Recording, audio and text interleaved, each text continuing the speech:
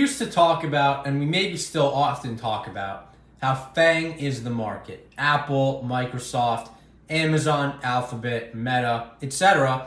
They are such big companies, and they weigh and occupy such a large chunk of the S&P 500 that they basically are the market. They've come down with the market. Their peak was the S&P 500's peak, not Square, not Spotify, not Arc, none of that other stuff. None of that other stuff led to the peak in the market, but what did lead to the peak in the market was the Fang peak in the market. Once Fang peaked in the market, we saw a peak in the market overall. So, why are we bringing up Fang again? We don't talk about Fang. I don't even think we've ever used the term Fang.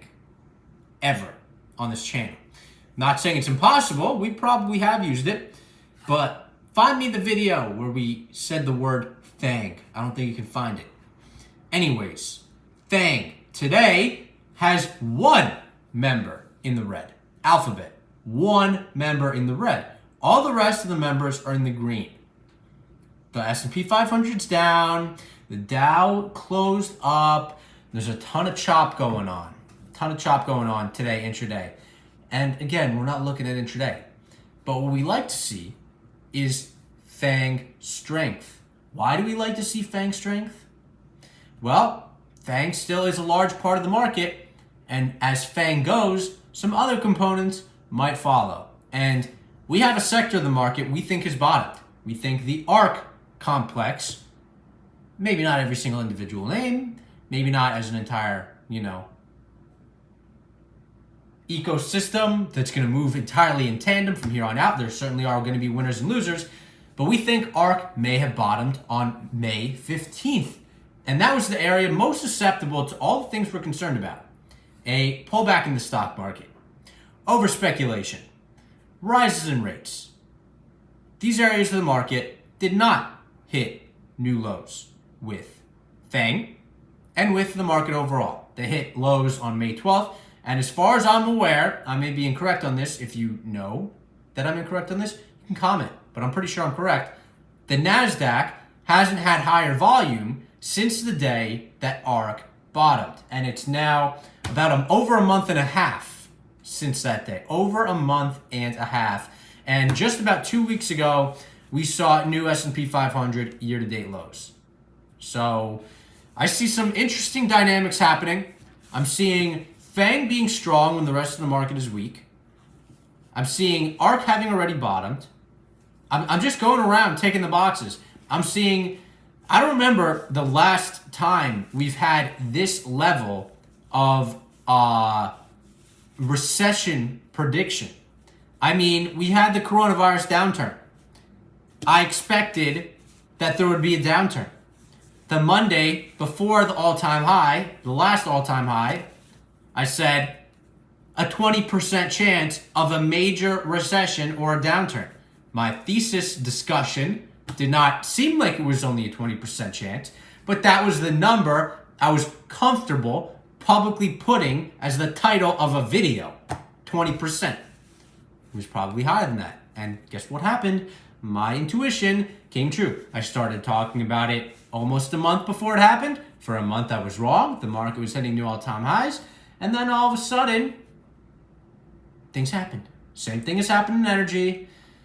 I know I've been talking about companies like CRISPR stocks for a little bit here, but these stocks, CRISPR stocks, since we're on the topic, you would expect that when the market's down, they're down more. And when the market's up, hopefully they're up more. Today, that was not the case. Last I checked, Intelia was up at the close, or roughly thereabouts. It was up when the market was down periodically throughout the day. So these companies were not collapsing. They were not falling off a cliff when the market was down. I'm not obviously falling off cliffs, a little bit of an exaggeration. It was a relatively not extreme day, although volatile, and although there were certainly some big losers, even in positions I have, like Jumia, Ashford Hospitality Trust, etc. Bottom line, I have a high level of conviction that the bottom is in. I look at the facts around this year's drawdown, that we've gone to 20% 3 times faster than the dot-com bubble. the areas most susceptible to the market, the ARK complex, are down over almost a year and a half, over 15 months. The amount of stocks down 75 and 90% are almost near the peaks of the dot-com bubble and 08-09 recession. There's a significantly higher anticipation for a recession now than there has been ever in history, it seems. And here we are. Microsoft is just about at its dot-com bubble earnings, or dot-com bubble trough earnings multiple. We've had the second worst start to the year in history, the worst first half to the stock market since 1970, and commodities seem to be rolling over. Rates aren't hitting new highs. Yes, it's possible both those things reverse, but they're not doing so yet. And there's reason to believe we're closer to the end than the beginning in both of those.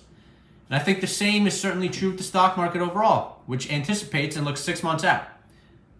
We're just about to get to the second half of the year. Okay? It's been a rough first half, worst since 1970, over 50 years. I hope, and I expect, and I predict, and I'm planning for a stronger second half. After a roughly 20% decline first half in the S&P, 33% roughly decline in the NASDAQ first half, maybe we can get an up 5%, up 10% second half.